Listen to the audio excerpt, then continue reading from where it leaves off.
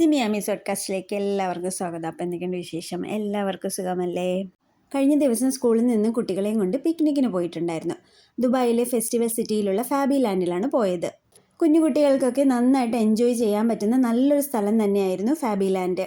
പ്രത്യേകിച്ച് അവിടുത്തെ സ്റ്റാഫുകളുടെ കാര്യം പറയാതിരിക്കാൻ വയ്യ. അവരെല്ലാവരും കൂടെ ഉണ്ടായിരുന്നു. എല്ലാ കാര്യത്തിനും ഞങ്ങളെ ഹെൽപ്പ് ചെയ്തു, കുട്ടികളെ ഹെൽപ്പ് ചെയ്തു.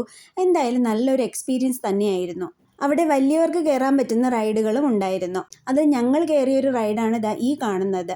ഇത് 360 ഡിഗ്രിയിൽ കറങ്ങുന്ന ഒരു റൈഡാണ്. എയ്റോ റേസ് റൈഡ് എന്നാണ് ഇതിൻ്റെ പേര്. ഇതാണ് ഇതിൻ്റെ പേരെന്ന് ഞാൻ ഗൂഗിളിൽ നിന്ന് തപ്പിയെടുത്തതാണ് കേട്ടോ. ഇതല്ലെങ്കിൽ ഒന്ന് പറഞ്ഞു തരണേ. ഇതിനു മുന്നേ ഇത്തരത്തിലുള്ള റൈഡുകളിലൊന്നും ഞാൻ കയറിയിട്ടേ ഇല്ല. അതുകൊണ്ട് ഒരിക്കലെങ്കിലും ഇതൊന്ന് എക്സ്പീരിയൻസ് ചെയ്യണമെന്ന് കരുതി കയറിയതാണ് കേട്ടോ. അങ്ങനെ അതിൽ കയറിയിരുന്ന് സംസാരിച്ചു കൊണ്ടിരിക്കുമ്പോൾ അൺഎക്സ്പെക്റ്റഡ് ആയിട്ട് അതിൻ്റെ ഒരു ലോക്ക് വീണിട്ടുണ്ടായിരുന്നു. അത് കുറച്ച് സ്ട്രോങ് ആയിട്ട് നമ്മളതിൽ ചേർത്തിരുത്തുന്ന ഒരു സാധനമായിരുന്നു.